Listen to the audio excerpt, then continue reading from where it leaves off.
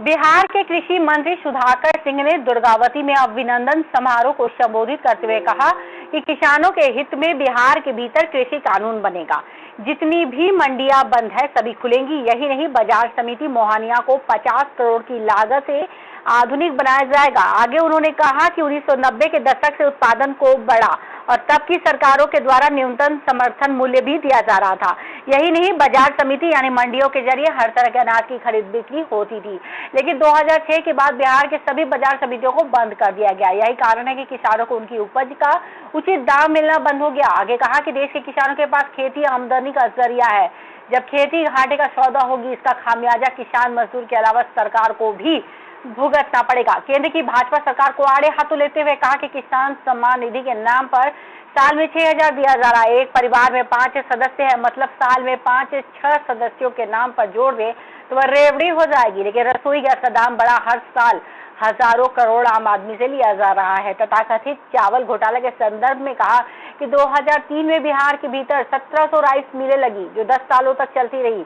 लाखों लोगों को रोजगार मिला। लेकिन सरकार की एक गलत नीति और सिस्टम की हिस्सेदारी बिहार के भीतर राइस मिल चौपट कर दी। जबकि इन मिलों के निर्माण पर 3000 करोड़ रुपए निवेश किए गए थे। 2000 करोड़ रुपए लोगों ने कर्ज भी लिया था। कहा कि जब देश और प्रदेश सूखे की चपेट में है तो बिहार का कृषि मंत्री बना हूं, जिम्मेदारियों और जवाबदेही हमारी है।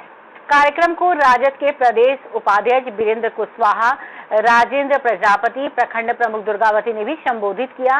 अध्यक्षता सोनू यादव, संचालन आनंद सिंह ने किया। जबकि बहुतरे राजद के कार्यकर्ताओं ने बिहार के कृषि मंत्री सुधाकर सिंह को किसानों के लिए कृषि मंत्री के तौर पर बीज से लेकर बाजार तक की पूरी प्रक्रिया को हम दुरुस्त करेंगे।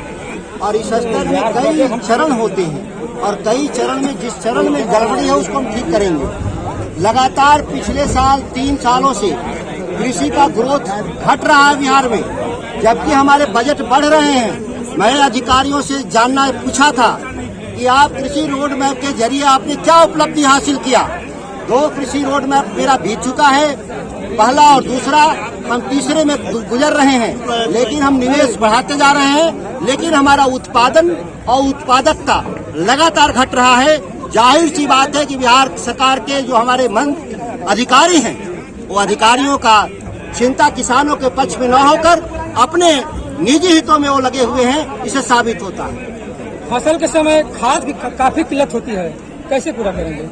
किल्लत, भारी किल्लत इस बिहार में पिछले 2 साल से नोटबंदी में जिस तरह से लोग लाइन में लग करके पैसा निकाले एटीएम में, उससे भी भयावह स्थिति था बिहार में खाद लेने में।